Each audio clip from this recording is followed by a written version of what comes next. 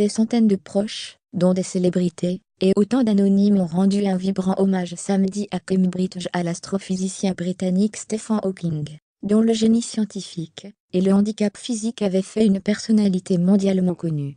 Lire aussi, Stephen Hawking, le savant qui défiait les étoiles et les obsèques de cet été convaincu se sont déroulés dans l'intimité en l'église Saint-Mary's-the-Grey de l'université de Cambridge et de l'Angleterre. À 2 pas du Gonville and Keyes College, où il a travaillé pendant plus de 50 ans, pour tenter de percer les mystères de l'univers.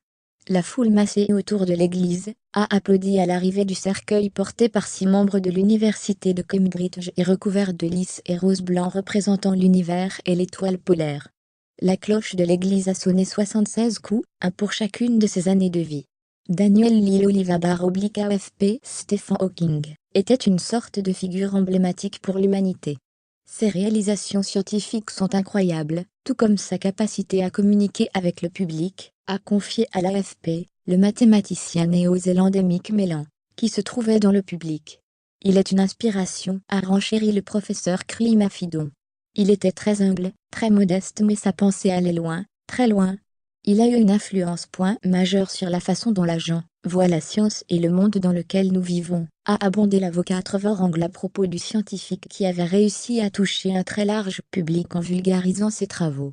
La vie et le travail de notre Père ont signifié tant de choses pour tant de gens, croyants comme non-croyants, avaient expliqué ses enfants Lucie, Robert et Tim avant les funérailles.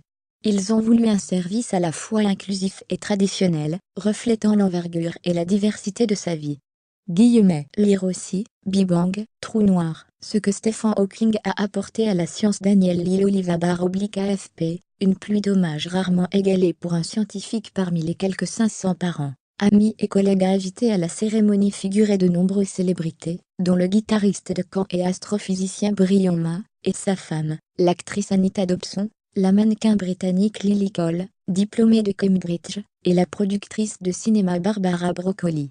L'astrophysicien britannique Martin Rowe, et l'acteur Eddie Redmayne, oscarisé pour avoir incarné le célèbre scientifique dans le film Une merveilleuse histoire du temps, ont lu un texte pendant le service, tandis que des éloges funèbres ont été prononcés par son fils aîné Robert, et la professeure Fadoke, une de ses anciennes étudiantes. Son influence et son héritage vivront pour toujours, a estimé Madame Doquet dans un extrait de son intervention. Une merveilleuse histoire du temps. Plus grand que l'acteur Eddie Redmayne, oscarisé pour avoir incarné le célèbre scientifique dans le film Une merveilleuse histoire du temps. Daniel Lee Oliva /AFP Stephen Hawking s'est paisiblement éteint chez lui à Cambridge le 14 mars, suscitant une pluie d'hommages rarement égalée pour un scientifique.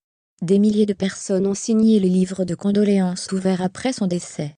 Apparu dans la série de science-fiction Star Trek, ou dans The Big Bang Theory, Stephen Hawking était une figure publique reconnue ayant même son personnage dans Les Simpsons.